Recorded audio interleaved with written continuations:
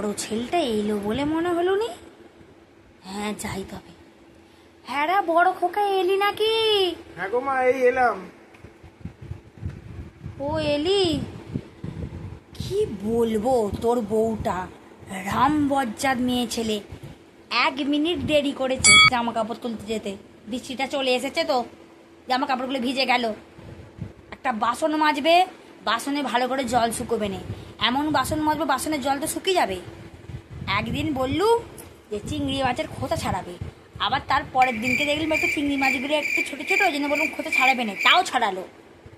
রুটি করবে বড় বড়, গরুর রুটি নাকি? হ্যাঁ কি কাণ্ড এগুলো তোর বইয়ের। ছাড়ো না মা, সবসময় দেখলে কেন পড়ে রয়েছো?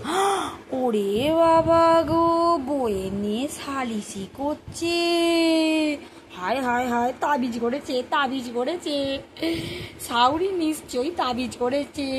ছেলে মুখে মুখে কথা কইছে। ওরে এবারে নিশ্চয়ই তুই আলাদা খাবি বউ নিয়ে। হ্যাঁ সেই কবজ তাবিজি করেছে সাউরি। ফালতু কথা ছাড়ো না মা। তুমিও তো কাকিমা জেঠিমাদের থেকে সব প্রথম আলাদা হয়েছে। ওরে বাবা গো, তবে একটা কথা বলি শোন, ওইটাই আমার আসল চিন্তা।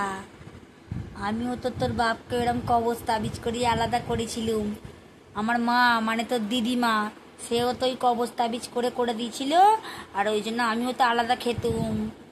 যা এদের মধ্যে আমি প্রথম আলাদা হলুম, ওই জন্যেই তো আমার ওই চিন্তা। সেই বলে নে চোরের গা মন পুঁই গাছ, আমার ওই যে তাই দশা।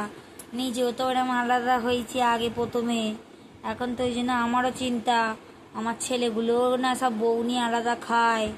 কি হবে কি জানি।